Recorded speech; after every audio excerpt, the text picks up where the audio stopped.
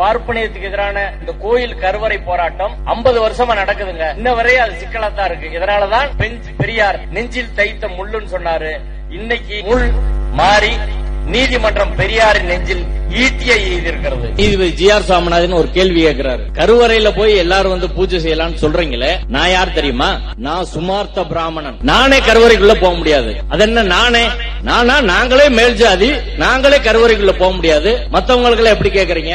முஸ்லீம் கிறிஸ்டியன கோயிலுக்குள்ள விடுங்கன்னு சொல்லல, கம்யூனிஸ்டுகளை வந்து பூஜை செய்ய விடுங்கன்னு சொல்லல, நாத்திகர்களை பூஜை செய்ய விடுங்கன்னு சொல்லல, பெரியாரிஸ்டுகளை பூஜை செய்ய விடுங்கன்னு சொல்லல. நீங்கள் இந்துக்கள் என்று சொல்பவர்களை வேதம் படித்து ஆகமம் படித்து மந்திரம் கற்று தீட்சை பெற்றவர்கள் தான் கோயிலுக்குள்ள விடுங்கன்னு சொல்றோம். எல்லாரும் இந்துன்னு பேசுறீங்களா? ஏன் விட மாட்டற?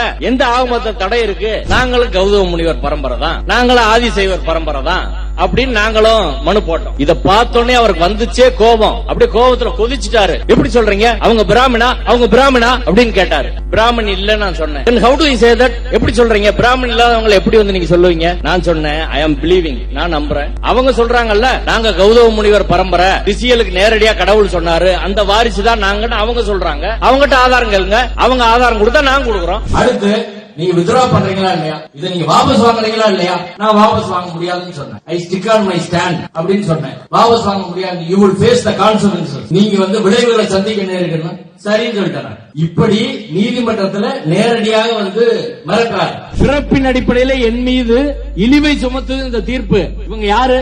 கோயில்ல மணியாற்ற வேலைக்கு வந்தவங்க. கோயில் உங்களுக்கு சொந்தமா? ஆர்டிகல் 26 டினாமினேஷன் சொல்றாங்க. டினாமினேஷன் என்ன? சொந்த கோயில ஒருத்தர் உருவாக்குனதான் டினாமினேஷன் வரும். ஆனால் இது பொது கோயில், மக்கள் பணத்துல கட்டின கோயில், மன்னர்கள் கட்டின கோயில், அரசாங்க கோயில். ஒரு பொது கோயில்ல எங்களை தவிர யாருமே வரக்கூடாது. வந்தா என்ன சொல்றான்? வந்தா தீட்டு பட்டுறான். அவுட் கேஸ்ட் எல்லாம் தொட்டா தீட்டு பட்டுறோம். இந்த நாடு ஜனநாயக நாடு, அரசியல் சட்டப்படியான நாடு, நீதிமன்றங்கள்லாம் இங்க சரியா நடக்கணும். எப்படி நம்ம